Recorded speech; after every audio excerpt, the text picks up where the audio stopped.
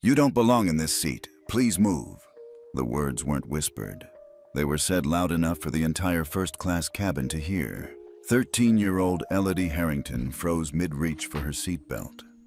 Row 2A, window. Her name on the boarding pass. Her name in the airline's system. Her name now being questioned.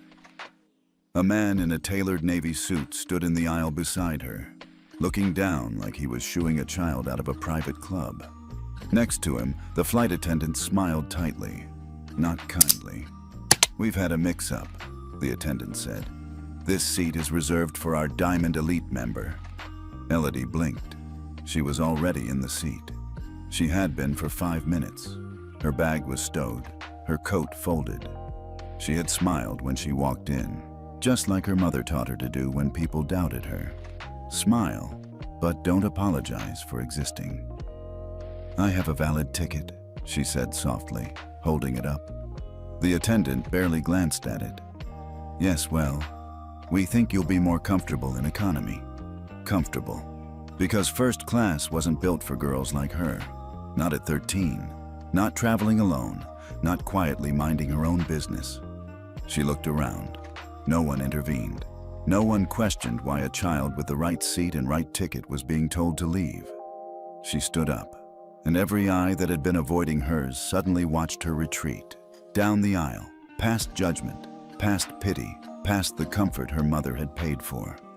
"Tell us where you're watching from, and be honest. What would you do if that were your daughter?" 35 rows back, the seat smelled faintly of disinfectant and lost dignity. Elodie sat without a word. She didn't cry, didn't ask for a supervisor, didn't reach for the call button. She opened her backpack, pulled out her EquaSure tablet, and powered it on. In the corner of the screen, her access code pulsed gently. Temporary Ethics Delegate, L. Harrington 13. 3 days earlier, she'd sat across from her mother, Marianne Harrington, CEO of EquaSure, who handed her that very device. "I trust you," her mother had said, brushing a strand of hair behind her ear. "You're the only person on my team not driven by ego or money." "I'm a kid," Elodie said. "You're the only one who remembers what fairness feels like."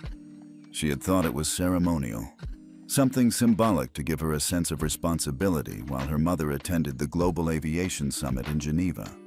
But now the system was needed. Elodie tapped the icon with the scale. The Flight Ethics Index opened. A long list of flights appeared, all coded, all monitored by real-time behavior metrics, sentiment detection AI, and staff accountability logs. She tapped her flight, EQA 611, clicked Flag Incident, selected Tier 1 violation, age discrimination. Category, unjust seat reassignment. Context, first class. Minor, valid ticket. She hovered for a second, then remembered her mother's voice, last night over a secure call from Switzerland. "You're not asking for revenge. You're asking for integrity. Proceed." Elodie hit submit. Nothing changed in the cabin. No alarms, no blinking lights. No one gasped.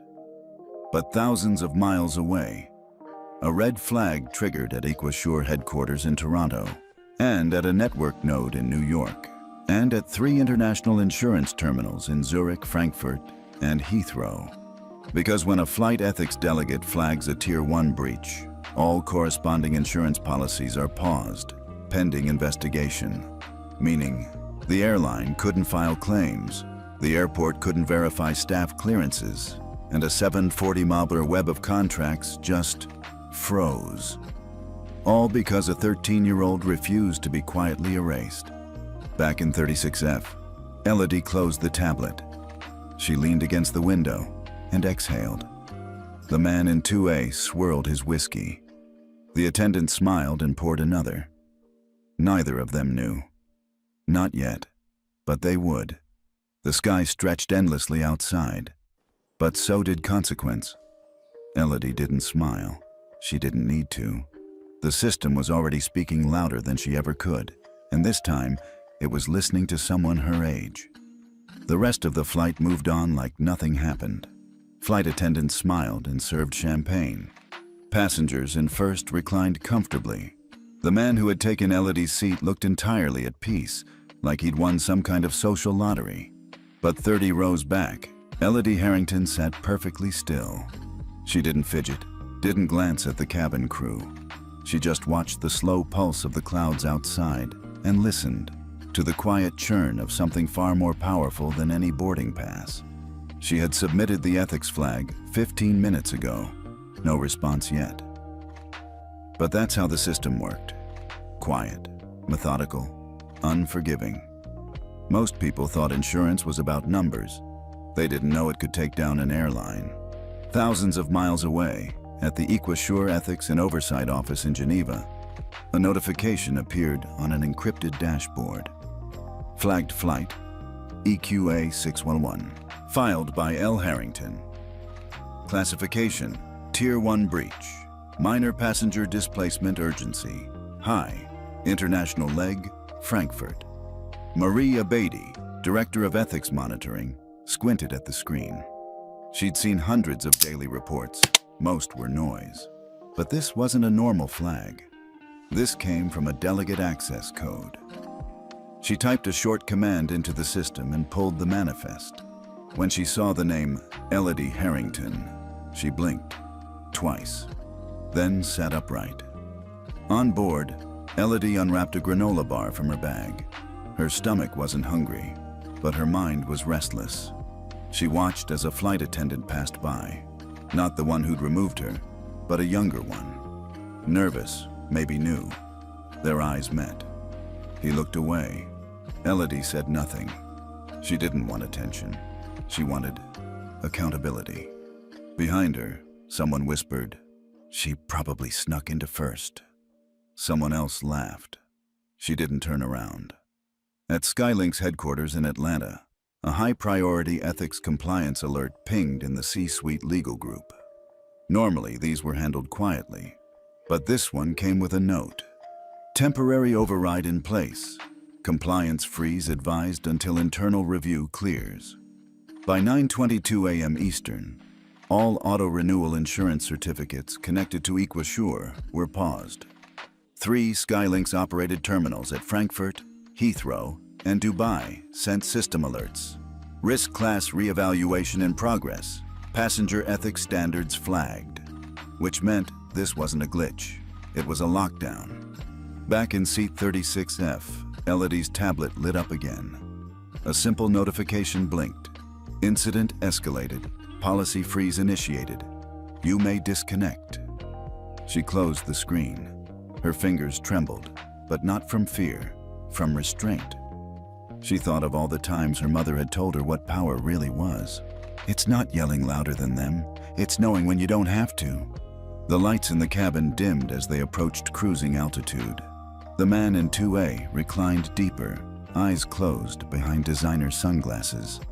Elodie watched him, just for a second, then looked away. 1 row behind him, another passenger, a woman in a navy pantsuit with an EquiSure badge half hidden under her scarf, received an encrypted message on her smartwatch. She checked it, froze, then tapped a number. "Geneva just pinged us," she whispered into her AirPods. "Tier 1 flag, EQA 611. You're not going to believe who filed it." Silence on the other end. Then, "Proceed with visual confirmation. We'll prep the post-landing protocol." She hung up and adjusted her seatbelt. So the kid wasn't just a passenger. She was holding a detonator, disguised as a tablet. By the time the plane passed over Newfoundland, the news had reached the International Aviation Standards Consortium, ISC, and the FAA Ethics Unit, and ACAO Geneva. Because when a minor with delegation authority submits a Tier 1 ethics flag against a live flight, international air travel compliance protocols are forced to respond, or risk losing multinational insurance coverage. The result: 3 ongoing Skylinks negotiations were frozen mid-contract. $740 million in pre-cleared funding for expansion terminals in Brussels, Nairobi, and Kuala Lumpur was halted. All first-class bookings on partner airlines were flagged for urgent behavior audits, and not a single person on that flight knew, except the girl in 36F. 2 hours into the flight, the head purser made her way down the aisle. She stopped near Elodie's row. "Miss Harrington?" she asked, her voice careful now, the kind of tone people use when they realize they've made a very expensive mistake. Elodie looked up. "Yes?" The purser swallowed. "I'd like to apologize on behalf of the crew. There appears to have been a miscommunication regarding your seat." Elodie stared back, silent. "We've arranged for a full refund, and if you'd like, we can escort you back to your original seat, right now." Elodie glanced around the cabin. Some heads had turned. A few passengers were already murmuring. She shook her head gently. "It's fine. I'm okay here." "But," she looked the purser in the eye, "I'm not here for comfort. I'm here for clarity." The purser hesitated, then nodded. As she walked away, Elodie heard her whisper into a headset, "She knows." Somewhere over the Atlantic, the story had already begun to leak. One tweet from an anonymous staffer at Equasure. Rumor, teen flagged her own flight for ethics breach. Now 3 terminals are locked. Flight justice. Within minutes, the hashtag was trending. Elodie tucked the tablet away. She opened her robotics workbook and scribbled a note in the margins. Systems are only as ethical as the people behind them. She didn't want an apology. She wanted precedent. And now she had it.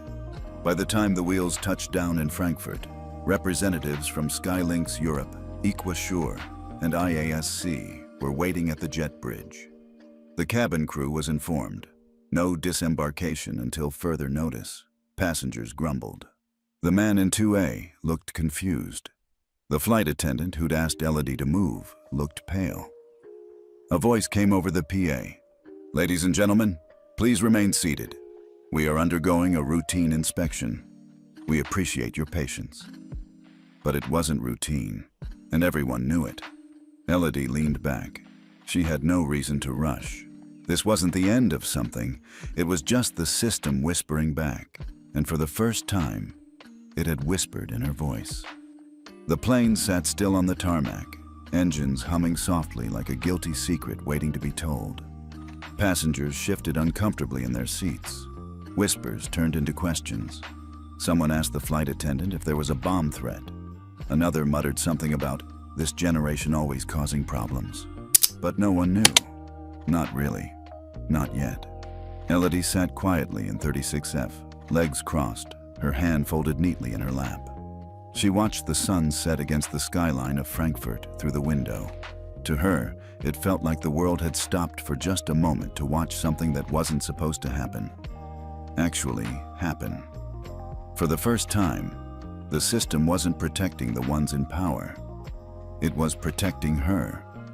In the front of the cabin, the man who had taken Elodie's original seat was growing visibly annoyed. "I have a meeting in 45 minutes, he barked. "This is unacceptable." The head purser had returned, sweat collecting at her temples, headset still crackling. "Sir, we're cooperating with an international ethics audit. Please remain seated." "An ethics what?" She didn't answer. She couldn't. Not when even she wasn't sure how deep this went. In Frankfurt Terminal 3, an entire lane at customs had been blocked off. 3 suited representatives from Skylinks stood stiffly next to a man in a black overcoat, an ethics liaison from Equasure Europe. His nameplate read, D.M. Calderon. He was holding a briefing tablet, eyes locked, mouth tight. On his screen, a profile of Elodie Harrington, and a red blinking status, Emergency Delegate, Flight Ethics Override Active. He turned to the Skylinks rep beside him. "Did anyone brief the crew this girl had clearance?" "No," the woman said. "They had no idea." "That's going to cost you." Back on the plane, Elodie finally powered off her tablet. She slid it back into her carry-on. A soft chime rang overhead, followed by the captain's voice, steady, professional, but clipped. "Ladies and gentlemen, Thank you for your continued patience. We are currently undergoing a coordinated debriefing with airport officials. We'll be landing gateside shortly. No one clapped. Everyone knew this wasn't just turbulence. As the aircraft door opened, a hush fell over first class. The man from Equasure boarded without a word. He made eye contact with the head purser, nodded once, then looked down the aisle until his eyes found her. Elodie. He walked the length of the cabin, the soft thud of his polished shoes the only sound for 30 rows. He stopped beside her. Miss Harrington? Yes. I'm Damien Calderon, Ethics Liaison, Equasure Europe. She nodded slightly. He offered a hand, not to shake, but to help her up. Protocol allows you to remain on board if you wish, but a delegation is requesting a formal debrief, and your mother has asked that I personally escort you to the review floor. Elodie stood without a word. All around her, silence. No one asked where she was going, but the look on their faces said it all. Wait, she's the one? Inside the terminal, a discreet corridor had been sealed off from public view. At the end, a glass-walled room with 6 chairs, 1 long table, and a black conference screen mounted on the wall. Elodie entered first. Damien followed. Seated across from her were 3 people.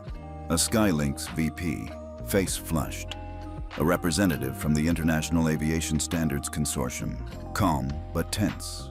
And a woman in a gray suit from the Federal Transport Ethics Council, already typing notes. They didn't speak for several seconds. They just looked at her. A girl in a hoodie and sneakers, holding the airline industry in a chokehold without raising her voice once. Then the woman from the council spoke. Miss Harrington, do you understand the extent of the cascade triggered by your submission? Elodie nodded. I do. Do you stand by your report? Yes. What was your intention? Elodie didn't hesitate. Not to punish, to prevent this from happening again. The woman paused, wrote that down word for word. Meanwhile, outside the terminal, things weren't as calm. Someone had leaked the internal suspension memo. Flight justice was trending in 12 countries. Footage of Elodie walking down the first-class aisle, recorded discreetly by a fellow passenger, was already online. Her boarding pass in hand, her head held high. The comments were brutal. Why are they humiliating a kid with a paid ticket? She handled it better than most adults would. Airlines better start learning names before they move people. And then came the bombshell. A former Equasure staffer tweeted, "You don't just move a flight ethics delegate. That's like telling a federal judge to change seats on a train." Back in the debrief room, Elodie sipped water from a paper cup. The IASC representative leaned forward. Miss Harrington, your report has triggered a 740 Meller hold across international airport partnerships. 3 terminals are grounded, and our internal integrity rating for Skylinks has dropped below the threshold for global compliance certification. She looked at him calmly. Then I guess the system is doing what it's supposed to. He sat back. The Skylinks VP shifted uncomfortably. This was a misunderstanding. Surely the response is disproportionate. Damien Calderon, who had been quiet, finally spoke. She didn't move the system. You did. By removing her. Silence. Then the councilwoman turned to Elodie one last time. Miss Harrington, as per protocol, we'd like your recommendation for how this should be resolved. Elodie thought for a moment. Then she said, retrain your crews, reevaluate your ethics thresholds, and until that's done, suspend first-class ticketing on all Skylinks flights. The room froze. The VP's jaw dropped. That would destroy us. It'll rebuild you, she replied. Fairer. 2 hours later, Skylinks Europe's board voted to temporarily freeze all first-class ticketing. An emergency bulletin was sent to all staff. Ethics protocol revision in progress. Do not override passenger assignments without clearance. And back in the arrivals lobby, a familiar voice echoed across the tile. Elodie! She turned. Her mother, Marianne Harrington, stepped through a security gate, escorted by a diplomatic officer. They hugged, long, tight, wordless. Marianne stepped back and looked into her daughter's eyes. "You didn't panic. You didn't cry." Elodie smiled for the first time all day. "You said the system would listen." Marianne nodded. "It did." That night, as mother and daughter rode quietly to the Equisure residence in downtown Frankfurt, headlines buzzed outside the car windows. 13-year-old flags airline for ethics breach. 740 million suspended. Global policy reform underway. She had the right seat and the right to stay in it. Elodie leaned her head against the glass, exhausted but clear. She didn't win because she yelled. She won because she knew what silence backed by structure could do. And now, so did the world. By the time Elodie and her mother stepped into the black car waiting outside Frankfurt International, the headlines had exploded like wildfire. Not just in Europe, not just in America. Everywhere. 13-year-old whistleblower freezes 740 million in aviation contracts. Who is Elodie Harrington? First-class mistake cost Skylinks access to 3 global terminals. The passenger they shouldn't have moved.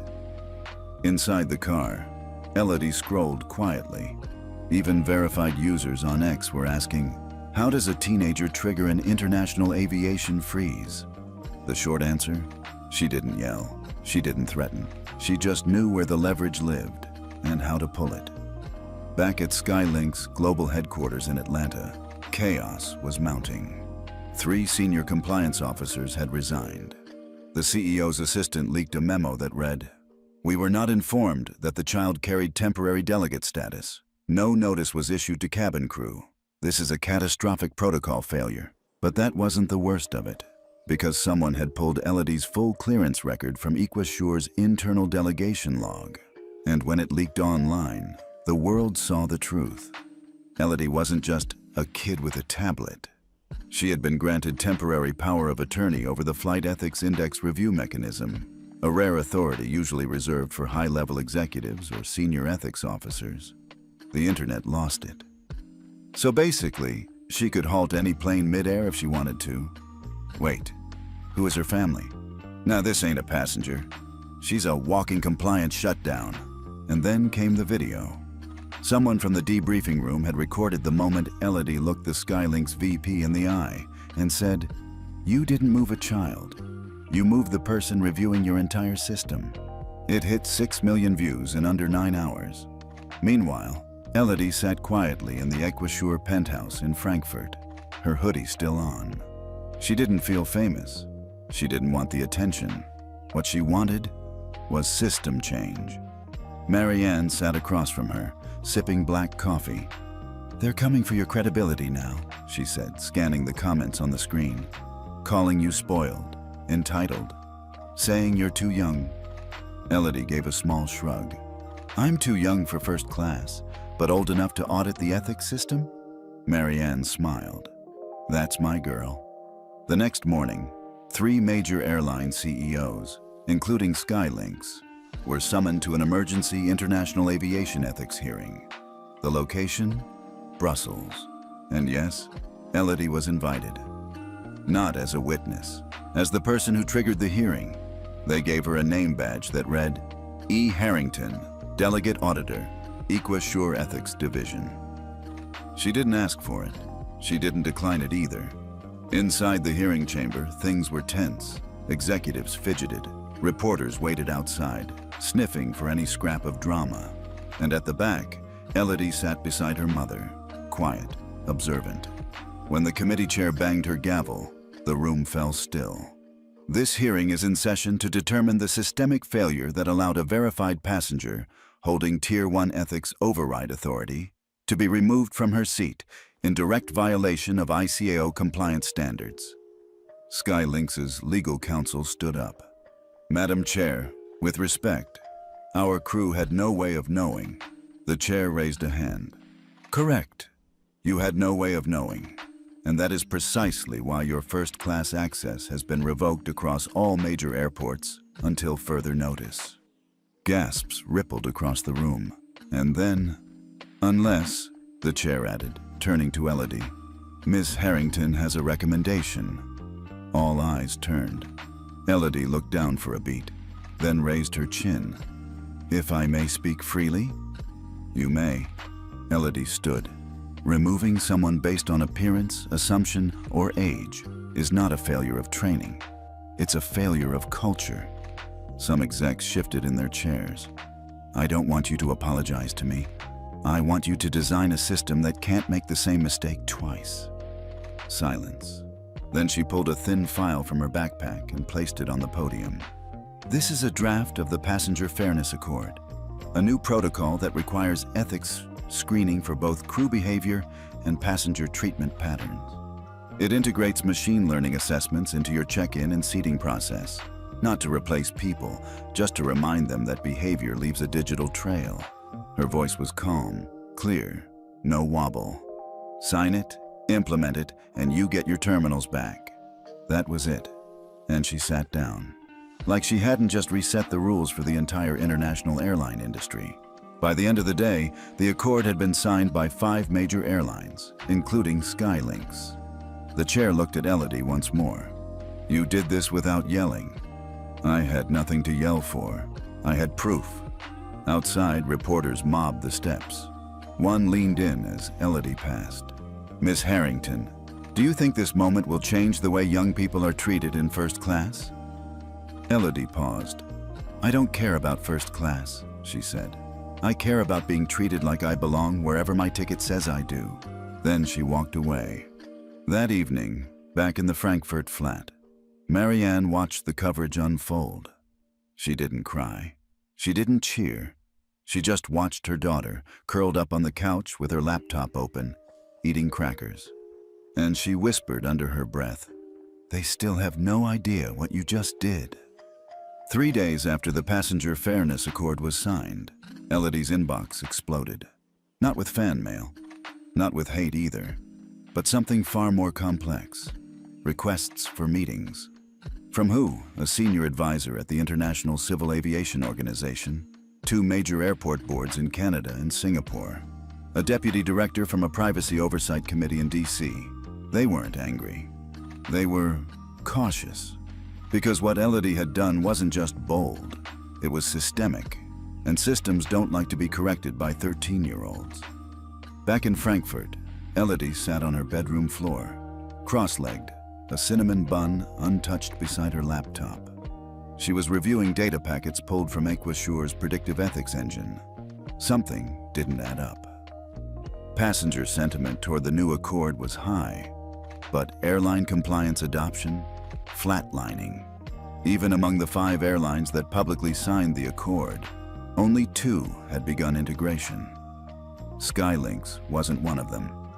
Meanwhile, inside Skylynx HQ, a quiet rebellion was brewing. The internal comms team had received direct orders. Do not reference the Passenger Fairness Accord in public-facing statements. Refer to the Frankfurt incident as an operational misunderstanding, not a violation. And worst of all, pause implementation of new behavioral metrics. Legal is reviewing exposure. Translation? They were stalling, trying to wait out the wave, hoping the attention would die down, and with it, Elodie. But Elodie wasn't just waiting. She was watching, and she had data. After checking the internal compliance trail from Skylynx's hub in Chicago, she flagged 2 anomalies. Multiple passengers had been reassigned mid-boarding without documentation. At least one case involved a minor who had paid for a first-class seat, just like her. Only difference? This one didn't make the news. Yet. That night, Elodie made a single call to Aquassure's Executive Policy Division. "Hi, it's Elodie. I think we're being ignored on purpose." "Go on," said the voice on the other end. "I need authorization to audit non-compliant carriers through public passenger incident records." "You're requesting a Tier 2 surveillance release?" "Yes." Long pause. "You understand what that does, right?" Elodie stared out the window, her voice quiet but firm. "If they won't listen to the accord, then we show the world what happens when they ignore it." Within 48 hours, Aquassure released a quiet but devastating statement. Carriers found non-compliant with the Passenger Fairness Accord will be subject to behavioral risk scoring transparency, publicly available on consumer booking platforms. They called it Ethics Visibility Mode. Skylynx's ethics rating dropped from 92 to 64 in under 6 hours. Passengers began canceling. Influencers posted about switching carriers. One mom on TikTok said, "If they can't treat a kid with a paid ticket right, I'm not trusting them with my family in the sky." The message was clear. No more hiding. At first, Skylynx tried damage control. They published a tone-deaf ad campaign. "Everyone deserves a seat. Skylynx is learning." But the comments didn't hold back. "No, you're just embarrassed you got caught. Where's your apology to the girl? Your score dropped for a reason. Own it." Then came the investor calls. Skylynx's board had been pressured by stakeholders to show compliance by end of quarter. That's when Elodie got a message. Encrypted, anonymous. Just one line. "They're about to spin this against you. Be ready." 2 days later, a Skylynx affiliate blog published a profile piece on Elodie. It painted her as a privileged corporate child with access most children would never have. They used words like weaponized influence, manufactured activism, corporate grooming. It was calculated, targeted, designed to sway public perception, especially among older, skeptical audiences. For a moment, it worked. The comment section turned.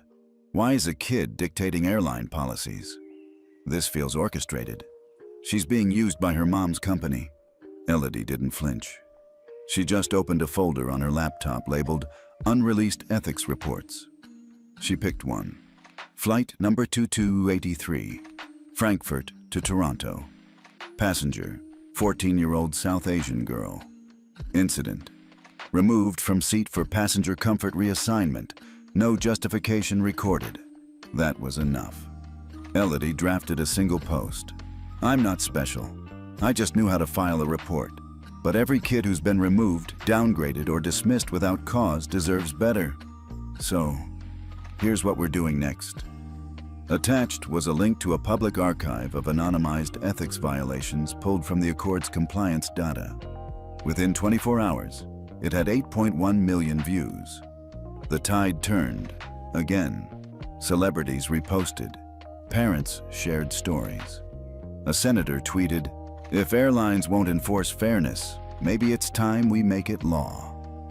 Under pressure, 3 more airlines signed the Accord. And Skylynx? They issued a formal apology, on camera, by the CEO, to Elodie, and to every child denied dignity at 30,000 feet. Later that night, Marianne sat beside her daughter on the balcony. City lights blinked below. Quiet. Peaceful. "You did it again," Marianne said softly. Elodie didn't smile. "Not yet. This isn't finished." "What's left?" Elodie looked up at the stars. "We've shown what they did. Now we show them what they can become, if they do it right." The ethics score of Skylynx had barely recovered from its dip into the 60s when something unprecedented happened. Elodie received a sealed, hand-delivered envelope. From where? The United Nations Council for Human Dignity in Transit. Inside was a formal invitation. "We request your presence as an advisory speaker for the Global Transit Ethics Symposium in Geneva. You may attend as a minor delegate or nominate an adult to speak on your behalf. Your draft of the Passenger Fairness Accord has prompted international dialogue." Marianne read it twice. "Elodie, that's not just aviation anymore, that's cross-industry." Elodie nodded, slow but steady. "This isn't just about planes. It's about being seen." The Geneva invite wasn't the only one. Over the next 2 weeks, requests flooded in from the EU Commission on Youth Rights in Infrastructure, the Department of Transportation in the US, the Canadian Civil Liberties Association, several airport boards in South Africa, Japan, and Brazil. Each wanted to learn one thing: How had a 13-year-old drafted a protocol that reshaped global passenger policy? But the truth? She hadn't done it alone. Back in Frankfurt, Elodie gathered her team. Not executives, not lawyers, but a private room of 6. Each a specialist in a forgotten field. Bianca, 58, an ex-flight attendant turned behavioral linguistics expert. Amir, 32, a privacy tech architect who helped code Skynet's early access system. Jules, 45, a whistleblower protection advisor who'd once sued his own airline. Devin, 19, a young activist who'd been removed from a plane for wearing a hoodie. And of course, Elodie, the spark that brought them all together. They didn't call it a startup or a coalition. They called it the Visibility Project. The goal was simple: create a public-facing version of the Passenger Fairness Index, one that could live outside Equasure and couldn't be buried, censored, or stalled. The working name? ClearFlight. Jules raised the key question. But how do we keep it objective? They'll say it's just revenge dressed up as reform. Elodie answered without flinching. We don't use opinion, we use patterns. We don't punish, we spotlight. Bianca helped map behavioral language patterns in crew reports. Rena fed in thousands of anonymized data points from international incidents. Amir built a layered ethics detection engine that cross-referenced tone, timing, and ticket class decisions. The key feature? Passenger Parity Score, PPS, a live score for airlines that reflected how equally they treated passengers across age, race, gender, and economic status. It wasn't intrusive. It wasn't political. It was pure reflection. Mirror meet system. Word of ClearFlight spread fast. Some airlines tried to get ahead of the curve. One Asian carrier reached out first. Can we test ClearFlight across our Tokyo-Seattle route? Then another from Scandinavia. We'd like to pilot PPS with real-time feedback screens in our check-in system. Elodie said yes, but with one rule. You don't get to hide the score. At first, passengers didn't notice much. But then, a travel influencer posted a 12-second video. Wait, so this airline has a passenger parity score next to the boarding gate? That video hit 11 million views. And suddenly, ethics became part of the flight experience. Travelers started sharing their flight score like they did with seat upgrades. PPS 9700 felt like I mattered. PPS 59. They made my grandma switch seats for balance. No thanks. PPS 85. The flight attendant apologized for the delay and offered snacks without me asking. Respect. Backroom resistance began bubbling again. An internal memo from a major U.S. carrier leaked. The spread of PPS threatens to frame us as unfair in a subjective environment. Consider litigation options if adoption becomes mandated. But that memo backfired. The Passenger Advocacy Alliance, a coalition of families, seniors, and veterans, publicly endorsed ClearFlight. If fairness is threatening, you might be the problem. Meanwhile, Elodie stayed quiet. No more interviews, no podcasts, no public hand-waving, just code, data, strategy. Until one afternoon, Marianne found her at the dining table, cross-checking PPS data from 14 airlines. Elodie, are you okay? You've barely looked up in 3 hours. I'm good, Elodie said, sipping her now cold tea. We're about to finish the first full global index map. Marianne leaned over. What will it show? Elodie paused. Where fairness actually lives, and where it's still faking it. 1 week later, at the Geneva Symposium, Elodie walked on stage. Not in a suit. In jeans, sneakers, and a sweatshirt that simply read, "Visibility is accountability." Her opening slide showed a world map with glowing dots. Each dot pulsed with a PPS score. Canada, 92 Germany, 88 United Kingdom, 73 Brazil, 85 United States, 62. Gasps rippled through the room. She let the silence hang. This isn't a ranking, she said calmly. This is a reflection. You can't argue with a mirror. You can only decide if you like what you see. No one moved. Then, slowly, hands began to clap, one after another, until the entire room stood. Not because she was a kid, not because she'd gone viral, but because she'd held up the truth in a way the system couldn't ignore. Elodie was in the middle of testing a new ClearFlight alert system when Rena stormed into the office holding her tablet like it was radioactive. "You need to see this," she said, voice clipped. Elodie blinked, eyes still on her laptop. "Is it another flagged PPS dip?" "No, it's bigger, way bigger." Rena turned the screen toward her. It was a leaked document. Internal correspondence from a US-based airline consortium called AeroCorps.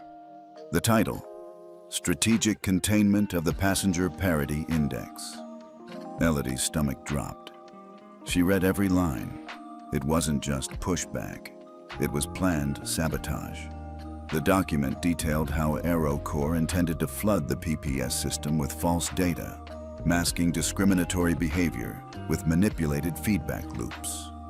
Their plan involved deploying fake passenger accounts to spam the system with high ethics scores, bribing third-party review platforms to withhold or bury negative ethics incidents, pushing for data fatigue laws under the guise of digital privacy to block transparency APIs.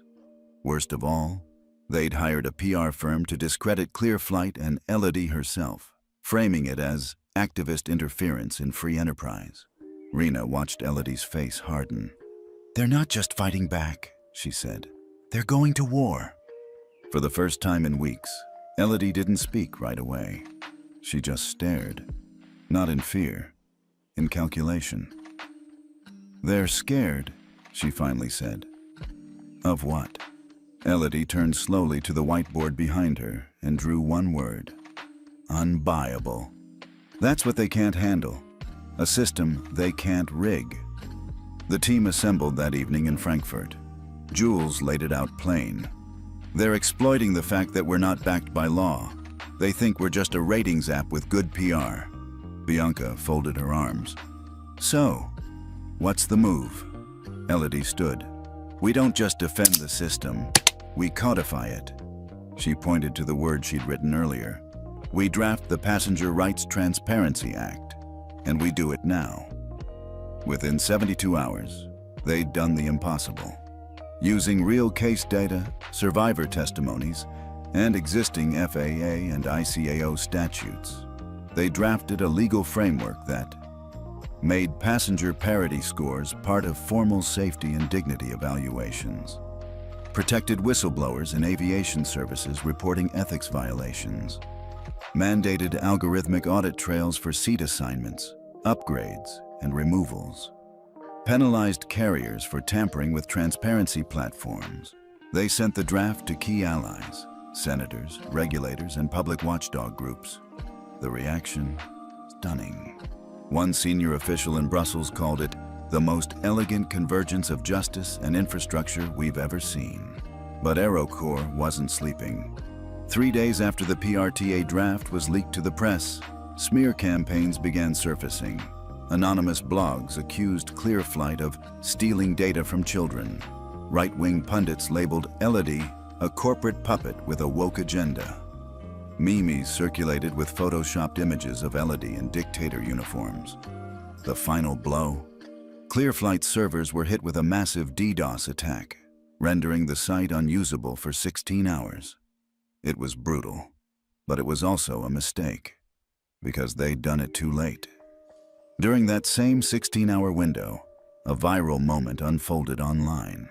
A retired airline captain named Maurice Langley, 72, posted a video on X. "I flew commercial jets for 38 years.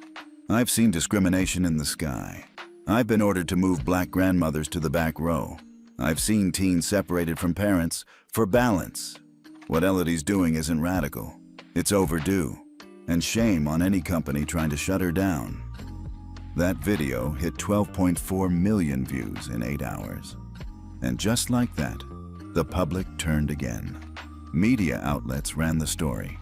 Former pilots break silence. Systemic ethics Failures in Aviation Exposed. Senator Maria Castillo introduced the Passenger Rights Transparency Act on the Senate floor. If we can rate hotels, cars, and even food delivery drivers, we sure as hell can rate how passengers are treated at 30,000 feet. The hearing room filled. Reporters called it the most emotionally charged testimony since the Airline Deregulation Act.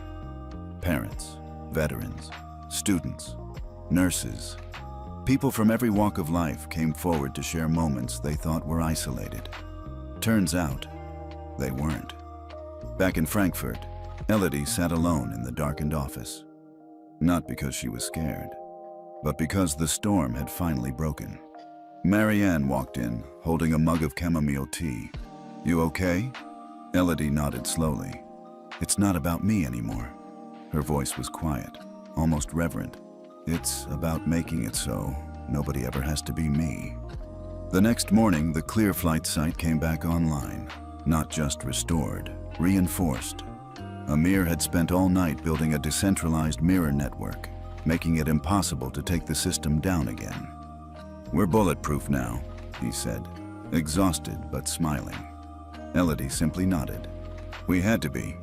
That same day, a major airline, previously neutral, preemptively adopted the entire PRTA protocol, publicly pledging, "We believe ethics should be as standard as safety belts."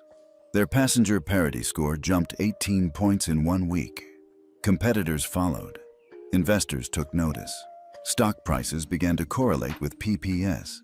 The index was no longer activist interference. It was market reality. 3 days later, Aerocord tried one last move. They filed a legal challenge in an international trade court, arguing that the PRTA restricted commercial freedom. The court's response? Unexpectedly swift. They threw it out. Ethical transparency in passenger services is neither optional nor obstructive. It is overdue. The ruling sent shockwaves through the industry. Every airline under Aerocord's umbrella lost 3 to 7 points on the PPS overnight. Elodie didn't celebrate. She didn't post. She didn't brag. She walked into her room, pulled the curtains, and opened a message from a girl in South Korea. "They asked me to move for a white businessman. I showed them your site. They backed off. Thank you." That was enough. Elodie didn't flinch when the video call came from Washington, D.C. The seal in the corner read Federal Aviation Administration. But what caught her attention more was the name beneath it. Dr. Lydia Morse, Chief Ethics Liaison, FAA. "Ms. Harrington," the woman said, smiling politely, "we'd like to invite you to participate in something unprecedented." Elodie, now seated at a long table in Frankfurt with her team behind her, tilted her head. "Define unprecedented." Morse's tone shifted, more serious now. "The FAA and ICAO are jointly convening an International Airspace Ethics Council. You're not being asked to speak. You're being asked to help design the framework." Dead silence in the room. Jules was the first to exhale. "You're rewriting the global rule book." Elodie just nodded. In Geneva, 1 week later, she stepped onto neutral ground, but the atmosphere was anything but. Every major airline CEO was present. So were regulators from the EU, Japan, Australia, and the African Union. Uniformed pilots, union reps, insurance brokers, even airport CEOs. The name card in front of her didn't say activist or student. It said, Elodie Harrington, Independent System Architect, Passenger Ethics. It was official, and some of them hated it. The first session was cold.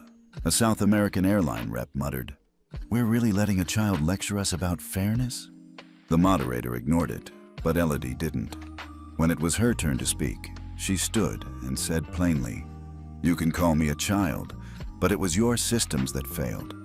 Not once, thousands of times, in silence, until a child broke that silence." She sat, and the room did too, metaphorically. Over the next 5 days, she outlined a tiered passenger ethics matrix, adaptable by culture but standardized by baseline rights. A real-time disparity monitor run by a decentralized body, not airlines themselves. Mandatory reporting channels for ethics violations, audited quarterly by third-party coalitions. The establishment of an ethics flag protocol, which allowed passengers to digitally signal unfair treatment without confrontation. A global transparency dashboard, ranking carriers not by marketing promises, but by actual ethical behavior. Each piece was backed by data, not just emotion, and that made it bulletproof. Pushback came, of course. One European exec asked smugly, "And if a child lies to manipulate the system?" Elodie didn't blink. "You're already afraid of passengers being heard. Imagine if you had to prove every action was fair, not just convenient." Her calm made him shift in his chair. That's what made her dangerous. She didn't argue. She dismantled. On the fourth day, something happened that no one expected. Captain Linus Graf, a legendary German pilot known for flying presidents and Olympic teams, stood up from the back. Gray hair, steady voice. He cleared his throat. "In 1997, I removed a Nigerian doctor from first class because a white couple complained. No policy required me to do it. I did it because I knew no one would stop me. That was wrong, and it stayed wrong for 26 years, until today." He turned to Elodie. "We built the skies for speed. You reminded us to build them for people." The room stood, some with pride, some with guilt, but all in acknowledgement. Back in her hotel room that night, Elodie finally let herself cry. Not from weakness, from release. Because this time, the silence wasn't loneliness. It was respect. 2 weeks later, ICAO and FAA jointly announced the formal ratification of the Global Passenger Ethics Accord, GPEA. Key elements included adoption of the Passenger Fairness Index, based on Elodie's PPS model, across 72 member countries. The establishment of the SkySure Council, a rotating ethics oversight body, with Elodie offered a permanent advisory seat. Requirement that all airlines accepting international insurance must maintain a minimum ethics score, or risk losing access to global terminals. Overnight, over 14 major airlines had to suspend certain international routes to comply. Media exploded. Headlines ran, "13-year-old who changed the skies. From seat 36F to global stage, the Elodie effect. Sky justice is no longer optional." But Elodie didn't do interviews. She declined talk shows, ignored branding deals, even refused a book offer titled "The Girl Who Grounded Airlines." She wasn't building a brand. She was building a standard. At the same time, public engagement spiked. Passengers began checking their airline's PPS score before booking, like they would check safety ratings or COVID policies. ClearFlight's mobile app hit 23 million downloads in under a month. But Elodie knew popularity was fleeting. Institutional change was what mattered. So she and Rena worked quietly behind the scenes, preparing a new model, Flight Fairness for Families, which would allow guardians to report on behalf of children, elders, and non-English speakers who may not feel safe speaking up. Because power wasn't just about being loud. Sometimes it meant amplifying the quiet. One morning, while reviewing satellite feed traffic of the new SkySure aligned terminals, Elodie received an email from Dr. Lydia Morse. Subject, GPEA Addendum. Honorary naming request. She clicked it open.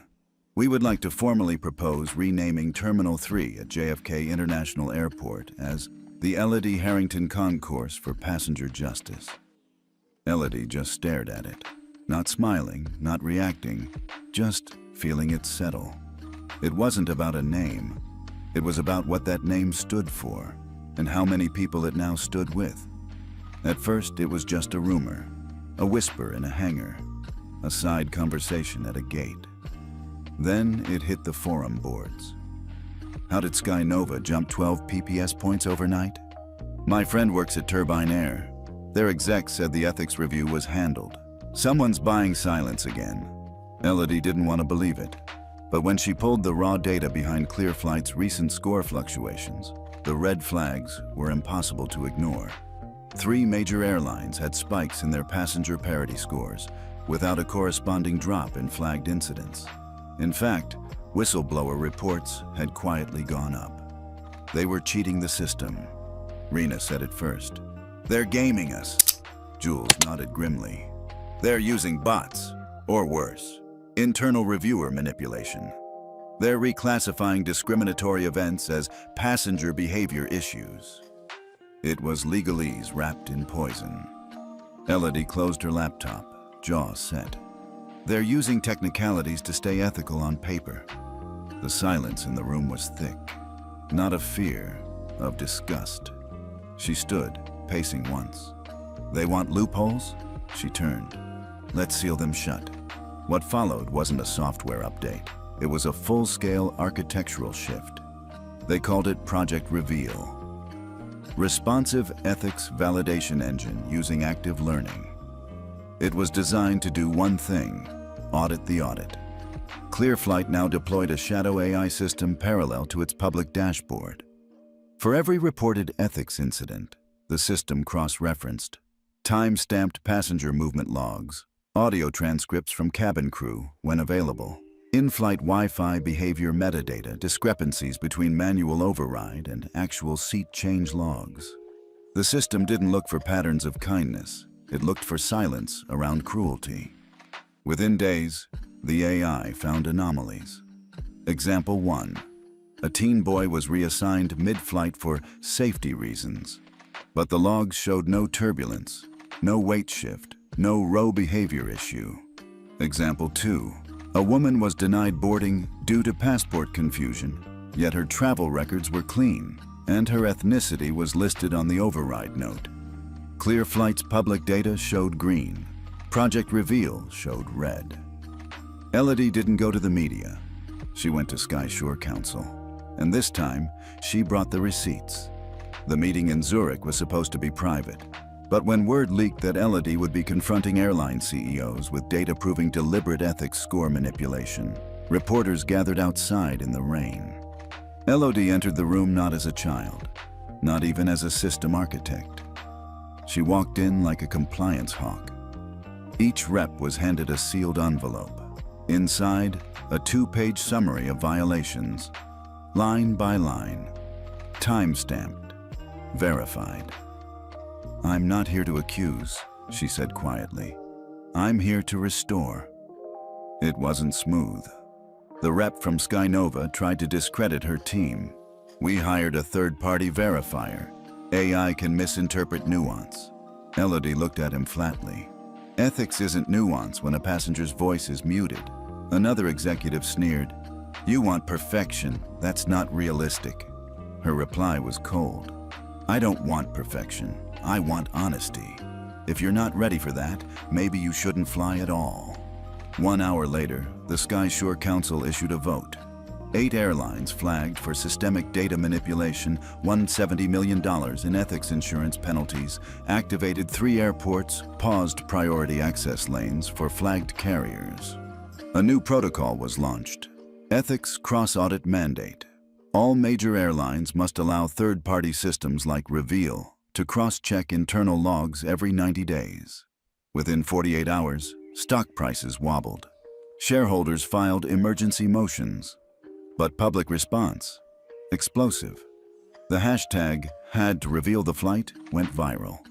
People shared their silent moments, being asked to move, being stared at, being ignored, being told, "You're just overreacting." Elodie posted just one sentence on ClearFlight's social feed. "You weren't overreacting. The system was underreporting." It was reshared 9.1 million times. The media came again, but this time they weren't praising her. They were asking the hard questions. Are we flying inside a lie? Is the ethics system broken already?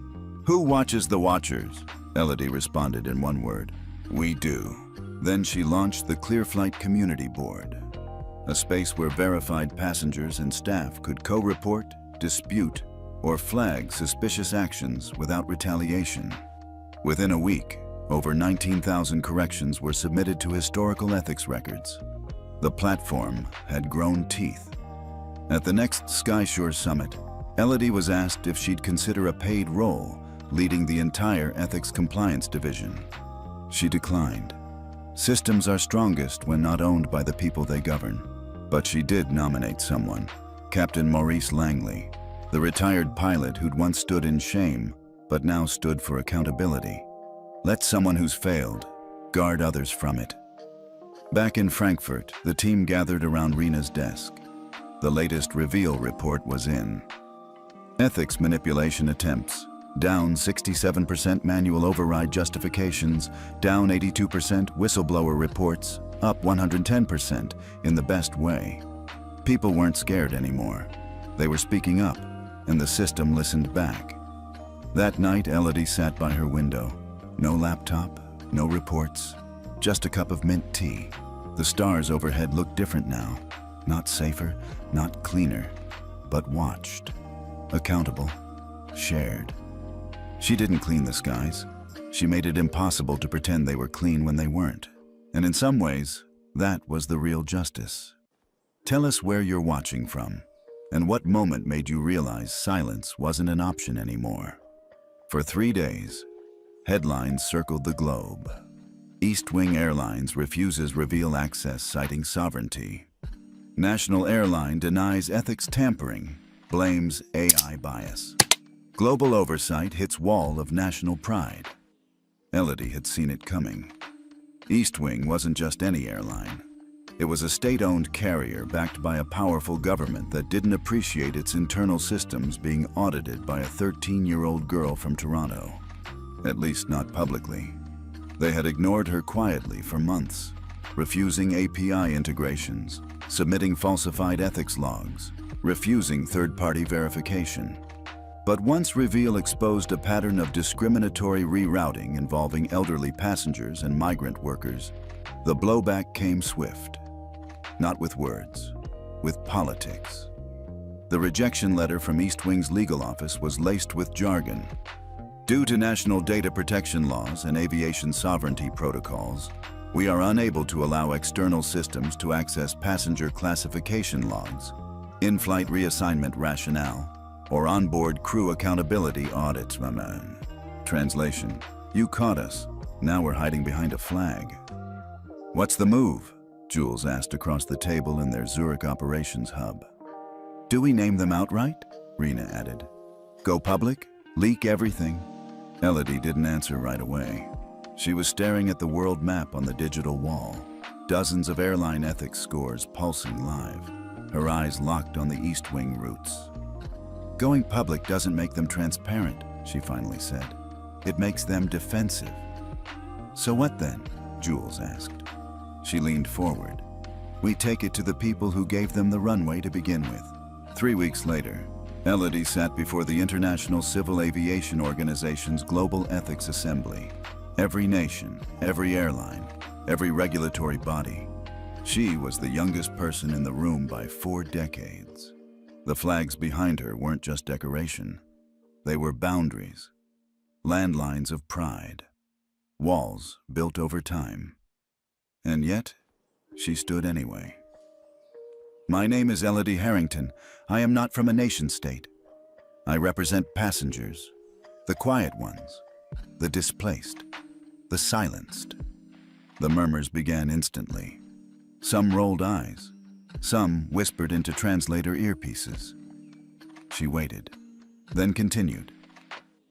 When a government says ethics oversight is a violation of sovereignty, I ask you, whose sovereignty?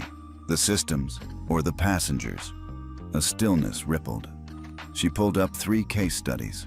A refugee child denied boarding despite verified asylum travel documents. A blind passenger reassigned mid-flight from first class because their service dog made another traveler uncomfortable. A flight attendant marked as resigned voluntarily after flagging a crew leader's slur, only to be blacklisted across all domestic routes. All logged, all buried, all from Eastwing. Elodie didn't raise her voice. She didn't need to. The truth had weight. Eastwing's director of compliance, A stone-faced man in a crisp blue suit stood next. He accused Elodie of foreign data interference, cultural insensitivity, weaponizing digital perception. Then came the punch. No sovereign nation should allow a foreign teenager to decide what's ethical within its borders. The room shifted. Some nodded. Some winced. Elodie stared at him a beat, then replied, "You're not afraid of a teenager. You're afraid of a mirror." The vote to determine whether Reveal could remain a mandatory compliance tool for global insurance access was scheduled for the next day. If it failed, all her work, Project Reveal, PPS scores, SkySure protocols, could be labeled optional again. The world would return to performance ethics, to polished lies, and passengers would never know when the sky turned against them. That night, Rena found her alone in the observation deck overlooking the runways. "Elodie," she said softly, "what if we lose this vote?" Elodie didn't look away from the tarmac. "Then we rebuild it again, from the ground up." "But you've already done so much." Elodie nodded slowly. "And they've already undone so much more." The next morning, something unexpected happened. A delegation of 14 retired pilots and crew members from across 9 nations filed into the assembly. None were official reps, but each had flown for 30-plus years. They spoke one by one. Captain Linus Graff, again. First Officer Melinda Zhou, fired for speaking up in 2016. Flight Attendant Pierre Doucet, who broke protocol to protect a disabled passenger in 2008. They each said the same thing. "We weren't allowed to speak when it mattered. This system gave us our voices back." When they finished, no one clapped, but no one interrupted either. Then, from the back, someone stood. It was Nashita Rafiq, a former East Wing senior analyst who had quietly resigned after a series of cover-ups. She approached the podium with shaking hands. "I signed NDAs. I signed loyalty pledges. But none of them can stop me from telling the truth now." She paused, then raised a tablet. "I have logs. I have override data. I have the timestamps of every falsified crew behavior review for the last 18 months. Gasps. Someone tried to object, but it was too late. The room shifted again, only this time toward accountability. The vote passed. 87-6. Reveal was no longer optional. It became the first mandatory cross-national ethics system in modern aviation history. Any airline wishing to receive international insurance, terminal clearance, or airspace partnership had to comply. With full transparency.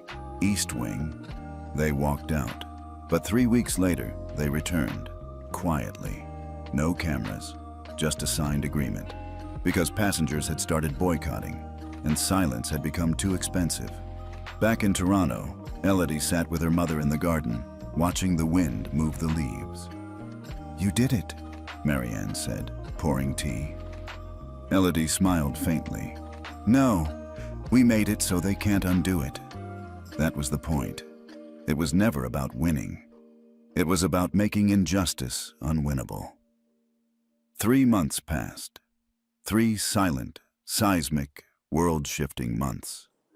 The skies hadn't looked different to most passengers. Planes still flew. Gates still changed. Flight attendants still said, "Welcome aboard."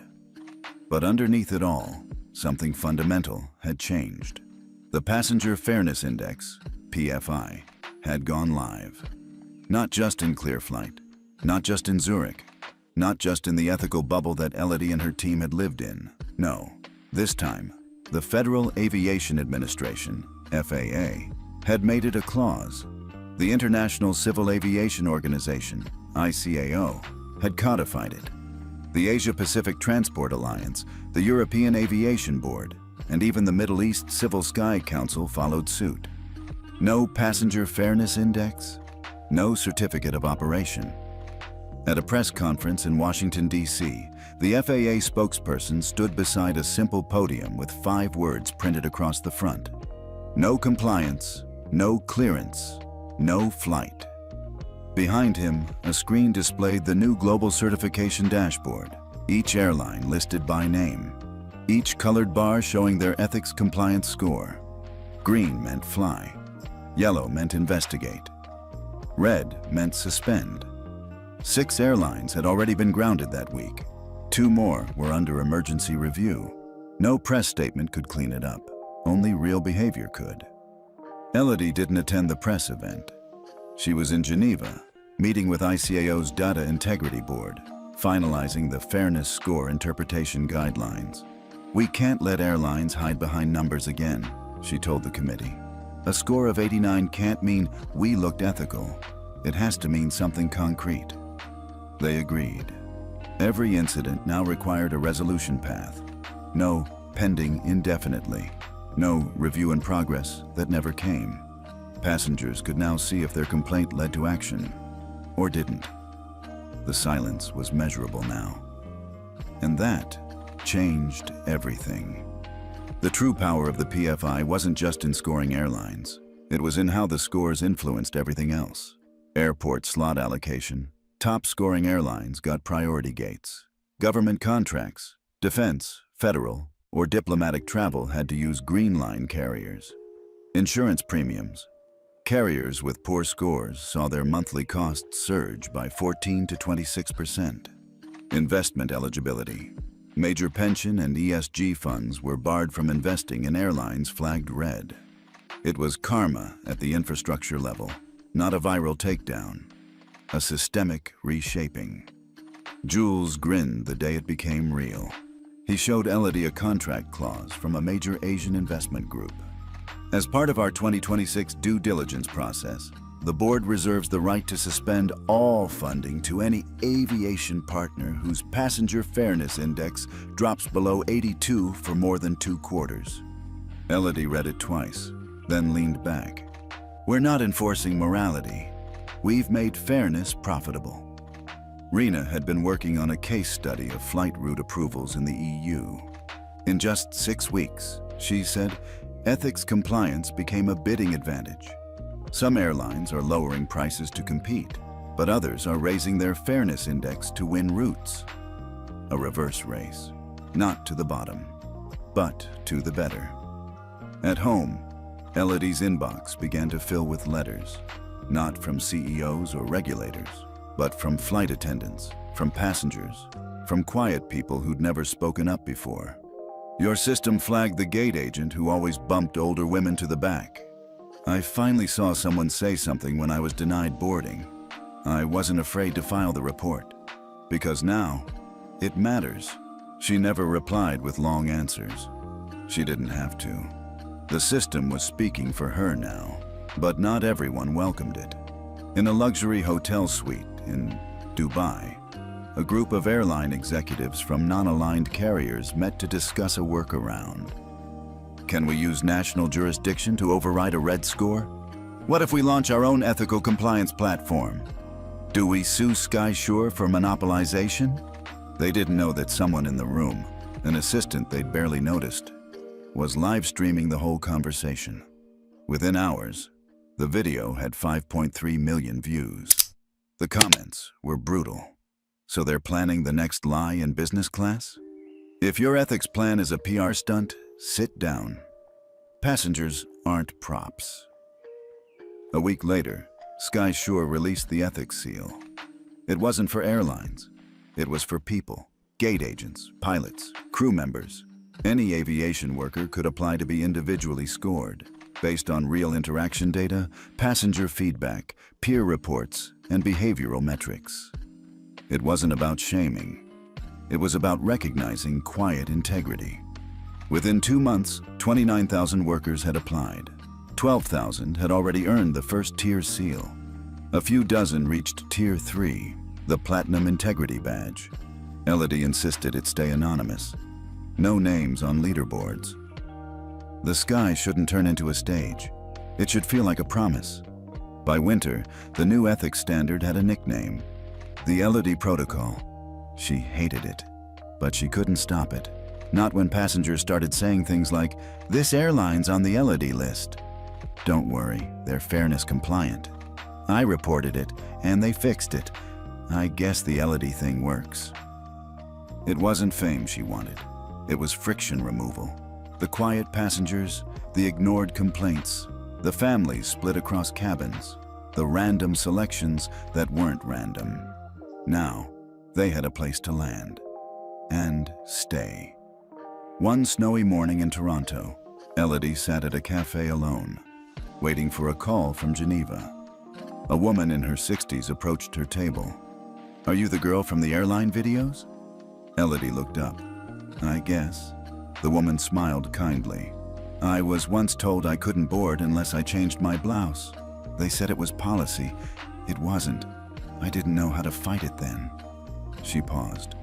"But now, someone would know, right?" Elodie nodded. Someone would know. The woman patted her hand. "You made dignity traceable." It was a quiet morning in Toronto when Elodie packed the last box. She stood in the middle of the office, the same sunlit corner room she had designed herself 2 years earlier, when Project Reveal was still just a tangle of code and stubborn hope. The room was mostly empty now.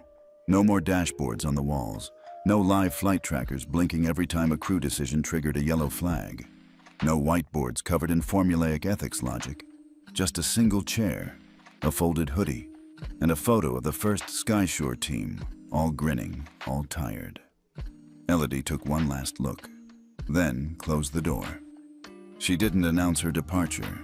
No LinkedIn post, no interview, no farewell live stream. She just left. The system didn't need her anymore. The Passenger Fairness Index was now automated, reviewed quarterly by a global oversight committee. Every airport in the top 100 had a compliance kiosk. Every airline knew that a red score didn't mean a warning. It meant exposure. It meant consequence. It meant you're not above the people who paid to be here. That was enough.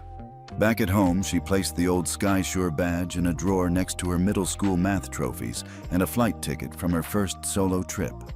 She kept the badge, but she didn't need to wear it anymore. Rena messaged that night. "They're naming the new AI ethics model after you, ELO3. Jules added, "You gonna at least tweet about it?" She just replied with a smile emoji, then turned off her phone. For the first time in a long time, she went outside without a hoodie or sunglasses. No one recognized her, and for the first time, she liked it that way. She sat in a corner cafe, ordered a mint tea, and watched 2 little girls run past her, laughing, dragging tiny rolling suitcases with rainbow stickers. Their mother scolded gently. "Stay close, don't bump people." Elodie smiled. She remembered what it felt like to bump someone in first class and feel like you were the one doing something wrong. A week later, a small story made global news. A retired pilot was reinstated after being wrongly blacklisted for defending a teenage girl's right to her seat. The girl's name wasn't published, but those who knew, knew. Someone posted a clip from years ago. Elodie, walking past gate security with a boarding pass clenched tight in her fist. The voiceover said, "They told her she didn't belong. Now they check their policies twice before saying that again." One evening, her mother called her over. "Elodie, you might want to turn on the TV." She did. It was the Global Aviation Awards, usually boring, full of sponsor praise and shiny sound bites. But this year was different. The host paused mid-script and looked straight into the camera. "For the first time in our industry's history, we're awarding a citation not for lifetime flying, but for lifetime impact. Not to a captain, not to a CEO, but to someone who changed how we define fairness in the sky." There was silence in the room. The host continued. "To the passenger who stood up by sitting down, to the voice behind Reveal, to the designer of the Passenger Fairness Index, Elodie Harrington." No nickname, no headline, no sensationalism, just her name. Said clean, said right. She didn't go to the ceremony, but when the clip hit social media, something strange happened. Instead of clapping emojis or confetti gifs, people shared their own stories. "They didn't bump me this time. I wore my headscarf and no one said a thing." My son sat in first class and didn't flinch when they checked his ticket. He knew he belonged. And again, no one tagged her. No one had to. Her name was a system now, not a girl. The final note came weeks later, a handwritten letter, no return address, just a short message. I was on your flight, the day they tried to move you. I didn't speak up. I wish I had. Thank you for doing what the rest of us were too afraid to do. You didn't raise your voice, but you raised the bar. Elodie folded the letter slowly, placed it beside her old boarding pass, then poured herself some tea and sat quietly by the window. Outside, another plane flew overhead. For the first time, she didn't look up with anger or sadness or even purpose. She just looked. The sky didn't need her to fight anymore, because it had finally learned how to listen. Have you ever stayed silent when you wish you hadn't? Or spoke up when it changed everything? Tell us where you're watching from, and tell us the moment you knew silence wasn't an option anymore. We read every story. We hold them close.